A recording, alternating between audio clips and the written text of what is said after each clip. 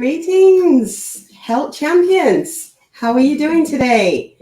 It is Lifestyle Medicine Week, and I have committed myself to showing up 7 p.m. Eastern Standard Time to talk about the different pillars of lifestyle medicine. If you are tuning in, welcome.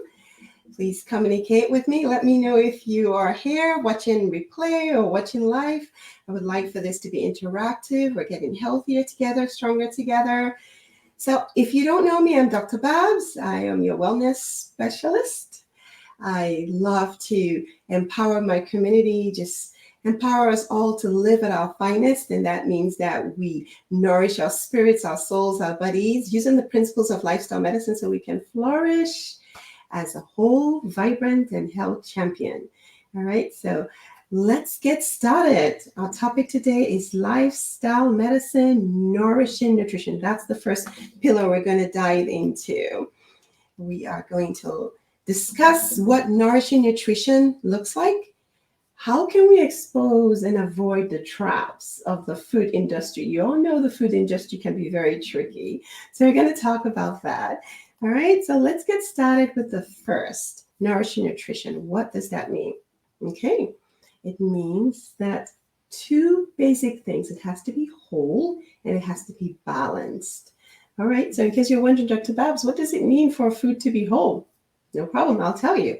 For a food to be whole, it needs to be at its original state, the way God created it, the way your grandparents and great-grandparents would recognize it as food, the way the body itself recognizes it as food.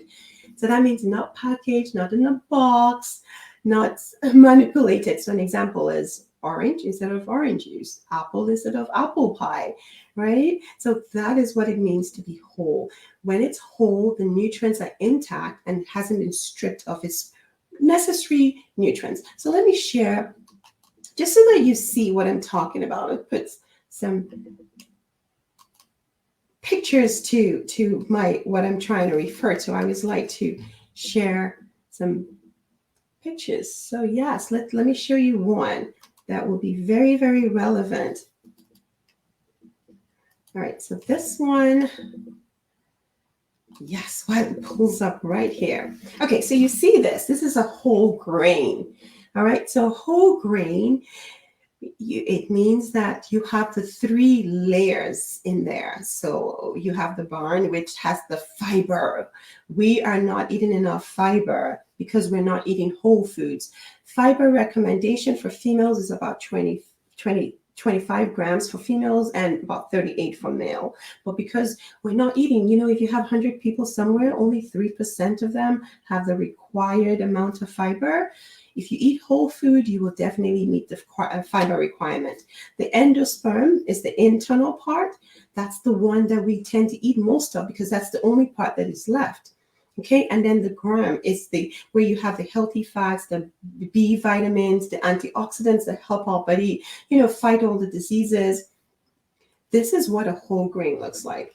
Another picture I want to share with you that gives you a sense of, the differences, because you might be curious. Okay, so where are those foods? How do I know which one is, which one is a whole grain and which one isn't? Let me show you this one with you. All right, so here is how you can tell the difference. So when you have this food, so this is where you have whole grain and you have refined grain. So the whole grain is at its original state. Okay, these are some examples like the corn, the oats, the rice. When you hear, oh, why do they keep talking about brown rice? That's because the 3 layers are intact. You have the fiber, you have the nutrients, everything is intact as well as wheat. Now, what is refined grain on the other hand? So that's where you have the white rice, the white bread, the white flour. All of that is stripped of its nutrients. And in case you're wondering, like I used to before I got educated, what's the difference between enriched whole with wheat or whole grain? Well, if it is whole grain, it has just the grain, it's the contact. But if you have enriched, that means they removed the nutrients and they enriched it with nutrients. Of course, you want the original, right? So that's what we mean when we say that your food has to be whole.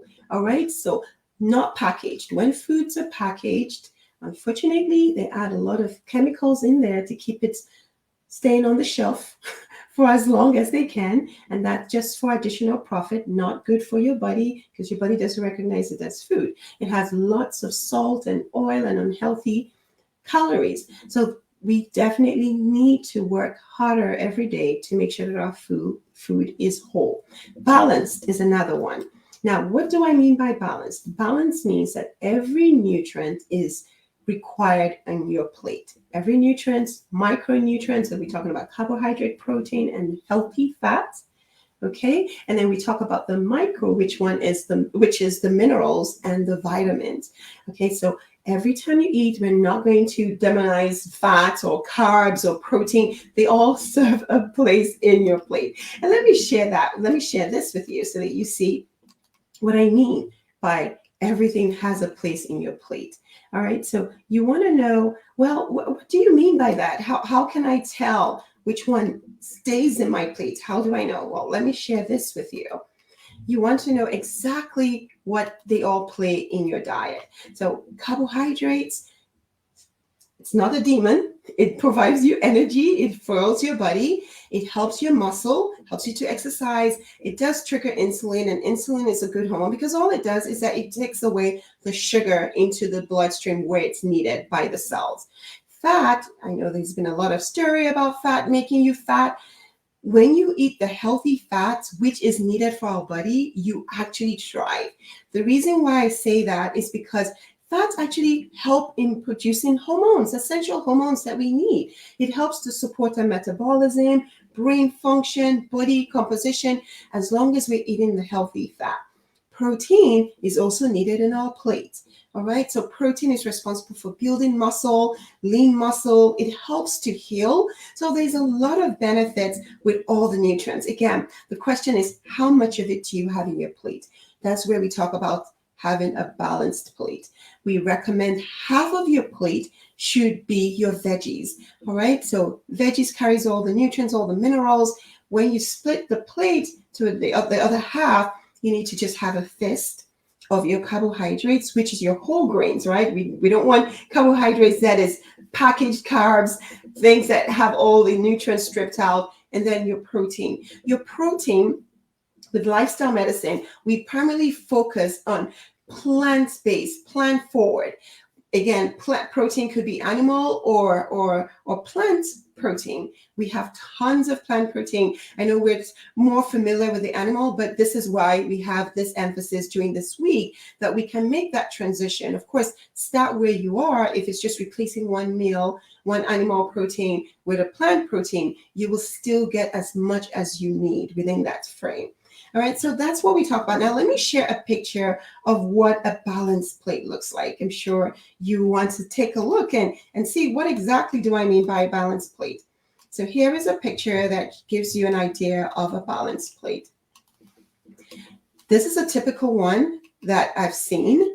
And you see what I said about half of your plate being veggies. So you have the non-starchy veggies, and there are tons of them. Different colors, different benefits, health benefits. And then you have this little section over here that has your fruits. I tend to have my fruits as my snack. And the idea that your fruit must always be something packaged, we need to change that mindset.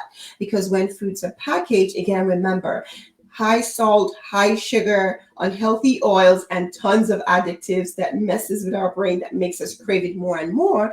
And unfortunately, it doesn't even fill us up. When we have our plates, half of it being veggies, then we have all the fiber, we feel fuller. Okay, now the other half, you see that you have it split into two with the good carbs. Okay, so good carbs will give you energy, will not spike your insulin and drop you, crash, have your sugars crashed. You stay stable and balanced. And of course, you see the other half where we have our protein. Again, lentils protein, beans protein, trying to do more of plant-based because that's where you get the best benefit. Okay, so that we've talked about what it means to have a balanced plate. All right, so balance, again, all nutrients in your plate. Now we're going to really just shift gears and talk about the industry. What are some of the ways that our foods unhealthy. We need to be advocates. We need to be able to search for these unhealthy ingredients in our food. First and foremost, you have to be a label reader, because the food industry is so tricky. They will tell you, and I've fallen under this trap. They will say the food is healthy on the front, and then you buy it only to realize that it has like 16 ingredients and you can't even pronounce them. It's like you have to go to college to be able to pronounce these things. They are all chemicals, they are addictives, and they just make you, they get you eating it more and more. And I was under that trap for many, many years because I liked sugar, and then I was wondering, why do I have to eat more to get that satisfaction? It's because, again, our body is wired for it. So we have to pay attention to reading labels. I do have a YouTube video that I recorded to teach you how to read labels in case you don't know how to, and I'll make sure I put it in the comments afterwards. You have to learn how to quantify how much salt, how much sugar. You must always look for fiber. If there's no fiber in that meal that you're trying to buy, whether it's cereal, if there's no fiber, the general rule is 5-1. So for every carb, you should have about 5 grams of fiber. If that is not there, then that is not a good meal. Then you need to put it back on the shelf. Additives, so all those artificial colors. My son reacts so badly to those artificial colors. He begins to wheeze because it does a lot of things. It causes a lot of imbalance, a lot of hormonal imbalance, gut health. It affects that tremendously. Your good microbiome is not pleased whenever we have a lot of all these additives. So I want you to pay attention to all these things. This is, again, how the food industry gets us eating the unhealthy things. If we eat foods that are healthy, we will actually feel better, stronger, and vibrant. So let's talk about principles behind healthy snack. Again, there's always been this mindset that snacks has to be in a box. It has to be packaged. How about eating our snacks whole? And when I mean whole, meaning your fruits can be your snack, your veggie can be your snack. You just have to develop your taste palette, because if you constantly eat packaged, boxed foods as snack, it is going to affect your gut microbiome. And again, remember, your gut, the microbiome, that's the bacteria, the good ones, unless they have good food and fiber, they are not going to do the work that it's been called to do. The bad bacteria, on the other hand, is going to just go to town with all the sugar and crave more and more, and you're so depleted. You just don't have the normal hormones and things that you need to strive and feel strong and vibrant. So healthy snacks, definitely make sure that you use your fruits and veggies as healthy snacks. You pay attention to not just eating a fruit alone. You want to cover it with a protein. So for instance, you can have banana with peanut butter. You can have apples with cinnamon, so pair it. When you pair it that way, you stabilize your glucose, because that's the whole idea. You want to have stable glucose. You don't want your glucose fluctuating all over the place where you eat something, and then you feel full, and before you know it, it crashes and you're hungry again. So those are a few principles about snacks. Make sure that it's not just, a fruit. You can have it with a nice protein to stabilize your glucose. Pay attention to your liquids. Don't drink your calories. A lot of us drink our calories, empty calories, sugar that converts and stores. Whatever your body does not appreciate, it just does it as fat cells. So we need to pay attention to that. Okay, so now we're just going to summarize everything that we talked about. What are considered anti-inflammatory foods? Yes, I'm happy to share that with you. But before I get to that, again, we talked about your food being whole. The only way you've done justice to yourself is if your food is whole. Look for foods that are whole, as close to the ground as it was created as possible. If it is boxed up, freezered, you have tons of salt, which can cause all the chronic diseases that we're trying to prevent, right? And unhealthy oils and sugar, that just leads to all these chronic diseases that we talk about. Now, let me show you some of the foods that are very, very important that get rid of inflammation in your body. So that is what you need to eat more of. Your legumes, nuts, and seeds, your whole grains, your healthy protein. You need to pay attention to this list. So let me share this as we come to an end here. I want you to take a look at this list. If you want to take a screenshot of it, so that you know what foods you should eat and which ones you should stay away from. All right. So anti-inflammatory foods, legumes. There has to be one kind of beans that you like. I know a few people that don't like eating beans, and then they gave it a try. Lentils is really good. Peas, beans, tons of fiber. We already talked about the fact that we need fiber daily to help with our gut health. Whole grains, I cannot overemphasize that. Fruits, the berries, very, very good for brain health, very good for, to get rid of infection, build our immune system. So take a look at this list. Veggies, the veggies that are on this list, you want dark leafy greens. Of course, you want to eat the rainbow, right? Different colors, because they all serve, having different properties that support your overall health. But in terms of your veggies, definitely having dark leafy greens, your herbs and spices. I love turmeric, black pepper, ginger. All of that helps to get rid of inflammation. That helped me a lot when I was struggling with joint issues. And of course, I had to cut back on the sugary stuff and then supplement it with anti-inflammatory spices. Anytime I cook, that's what I do. Omega-3 rich. Now, again, you can get that, a lot of that in your berries. You can also get that in plants. Again, the focus is plant focus. So you want to do more of plant. The requirement is you have 3 servings minimum of your veggies, and you can have 2 fruits. Nuts and seeds, so important. Your flax seeds, your cherry seeds, your hemp seeds, walnuts, these are very good. Support our overall gut, supports hormonal development. And the things that we want to stay away from, the list is right here. Definitely red meat, limited completely if you can.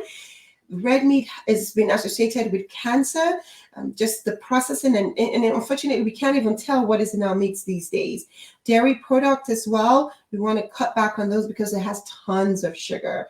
We want to stay away, as I mentioned, sugary foods and beverages. The recommended, as you see, sugar is 6 teaspoons. If you can limit it, very good. 1 teaspoon of sugar is about 4 grams. Yes. So we want to pay attention to that. Refined starches, so that's any starch that they've already stripped it out, just take all the layers that are very healthy. They've taken it out and they just left the carbs. If they've taken out the fiber, it's not good for you. Vegetable oils, canola oil, sunflower oils, all the, the seed oils, we need to minimize that and use more olive oils. There's some controversy about coconut oil. I say everything in moderation for coconut oil. It does have some benefits, but I prefer the avocado oil or the virgin olive oil. Those are better ones. All right, so processed foods, long story short, if your grandmother can't recognize it, it's not considered good food for you. So that's the summary today about what things we should eat. So the question now is, a year from now, where would your health be? Would it be where you want it to be? Would you feel vibrant? Would you feel whole? Would you feel that you have your blood pressure, your cholesterol? Will that all be within normal limits?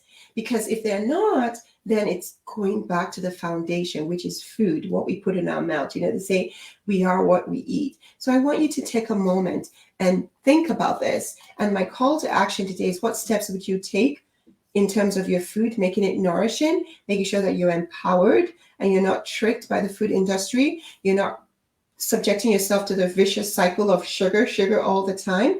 You would need to nip it in the bud and eat nourishing foods where you get the fiber and you feel full. So that's it for today. I thank you all for tuning in. Let's see if there are any comments. I hope that if you watch as a replay, you will, let me know how this session has impacted you and what you're going to do. Thank you so much for listening. Again, I will be back again tomorrow as we talk about sleep and why it's beneficial for our health. Until then, I want you to know that you deserve to live at your finest because you are worth it. Take care.